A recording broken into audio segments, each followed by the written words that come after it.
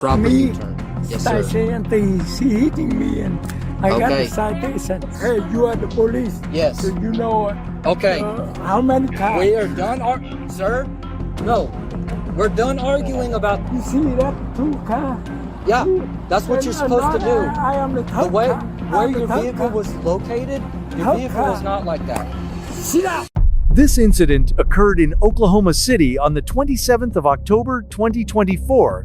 The situation began at an intersection when a woman's vehicle accidentally collided with a car driven by a 70-year-old Vietnamese American man surnamed Vu. Fortunately, neither party sustained any injuries. Shortly after, law enforcement officers arrived at the scene. The way that your vehicle was located, I'll have to write you a ticket for improper U-turn. Whenever you complete a U-turn, I didn't U-turn. hold on. Whenever you complete a U-turn, you're supposed to be as far to that corner as possible. Okay? Following a preliminary investigation, officers analyzed the final resting position of Mr. Vu's vehicle. They concluded that, despite his car being struck, he had also committed an improper turn violation and subsequently issued him a traffic citation. In reality, under Oklahoma law enforcement officers do not have the final authority to determine fault in traffic accidents.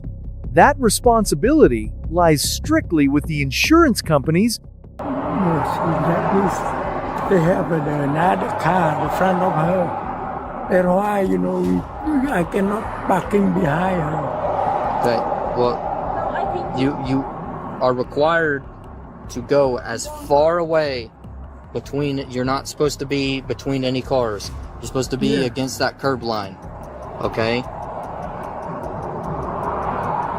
I need you to sign with your finger. It's not an admission of guilt. You're just signing saying you'll take care of the citation for a ticket. You're promising saying that you'll take care of it at a later date, whether that be in court or if you take care of it outside of court. I don't know what you're talking about. So I'm writing and issuing you a citation for improper U-turn. Yes, sir. She hitting me and I got the Okay. citation. I'm not writing a ticket for her hitting you. Okay? No, she hitting me. You see the... I am not you writing see, a ticket You see the for... evidence? No. Okay. I don't think that you're understanding what I'm saying here, I okay? understand. I told you. The car, the front of her hand, her to the degrade, and she Okay. didn't turn. Whenever you make a U-turn... I didn't make a U-turn. sorry. Let me clarify, okay? Whenever you enter a little intersection thing like that, you are not allowed to go side by side next to a car. Okay? You have to go behind vehicles. Hey, you are the police. Yes. So you know Okay. how many cars? We are done, sir. No, we're done arguing about this. Okay. I don't think so. We are not We are not arguing about this. I Okay. want to show you. We argue in court. We argue in court. You take the phone and The woman standing on the left is Mr. Vu's wife, who was also riding in the front passenger seat at the time of the collision. We argue in court. no, We don't argue on the side of the road. We argue in court. Yes, that's how it works. Because if not, if you don't sign this, you go to jail. Okay? Yeah, I don't go want to take you to jail. I'm ready to go to You ready to go to jail? Yeah, I'm Ridiculous. Okay, that involves impounding your car too. Okay. This is the woman who was driving the vehicle that collided with Mr. Vu's car. You got a ticket also? Yes. Your tag's expired? Yes. So you're good to get out of here. Okay. There's a report. I'll get to you guys in a second. Wait there. So Sorry. this is the ticket. Right. There's a date at the bottom that you have to take. The officer explained the citation process to the woman and informed her that she simply needed to contact her insurance company directly to handle the compensation claims. Mr. Care of it by? And then below that, there's a phone number, website, address. One of the three will tell you how and where to take care of it. Okay.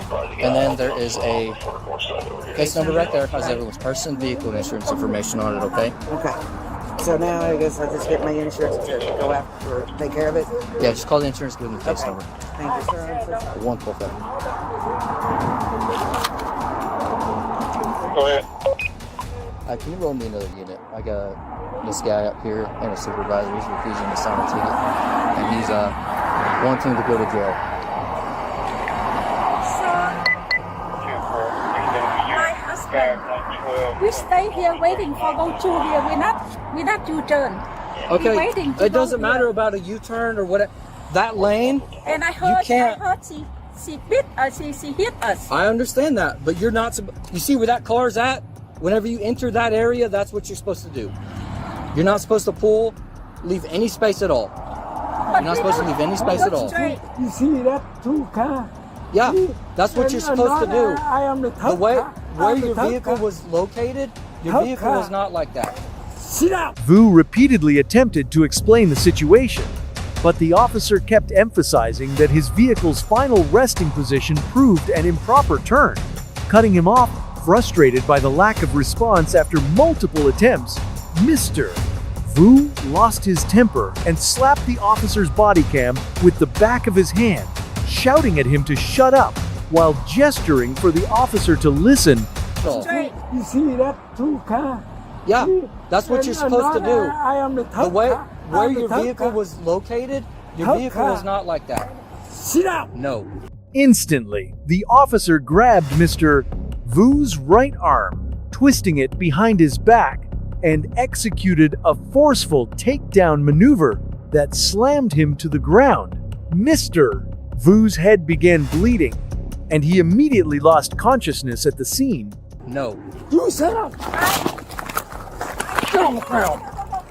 No. See, sir. No. Call an ambulance. I call an ambulance. I need the ambulance. Yeah, I'm gonna call an ambulance. Look at his head. 112 Hefner, roll me fire and incident supervisor. Medical examinations later revealed that 70-year-old Mr. Vu had suffered an intracranial hemorrhage and was in critical condition. On October 28, his daughter took to social media expressing her profound anger and heartbreak, stating, "I am disgusted and outraged by the Oklahoma City Police Department. This is not how you treat a 70-year-old car accident victim who is only 5'3", weighs 115 pounds, and is battling bone cancer, especially when English is his second language. I will never forget this, especially if my dad doesn't recover." She accompanied the post with photos of his severe injuries, noting that one side of his head was indented and his eyes were swollen shut. He also sustained fractures to both his anterior and posterior cervical vertebrae, leaving him nearly unable to speak. Mr. Vu had regained consciousness, though he suffered from post-traumatic confusion and memory gaps. Due to his fractured neck, he required a feeding tube for nutrition. Meanwhile, the official police report starkly contradicted the Bodycam footage. The involved officer claimed that Mr. Vu struck his chest with the back of his hand, right between his badge and Bodycam. Before gesturing for him to shush, the officer maintained that Mr. Vu simply leaned to the left, and as he grabbed his arm, Mr. Vu fell, prompting him to issue a verbal command to get on the ground mid-fall. However, the public saw this as a narrative heavily fabricated to minimize a violent takedown of a frail elderly man. The release of the footage ignited a massive outcry, uniting the Vietnamese American community in Oklahoma and sparking intense online debates. While many law enforcement professionals condemned the officer's excessive force and lack of de-escalation skills, a small segment of netizens argued that Mr. Vu should not have initiated physical contact with an officer. Following the incident, the officer was suspended and charged with aggravated assault and battery. However, in December 2024, the state's attorney general dropped all criminal charges, ruling that the officer's actions did not exceed his scope of training, a decision that left the public in deep disbelief.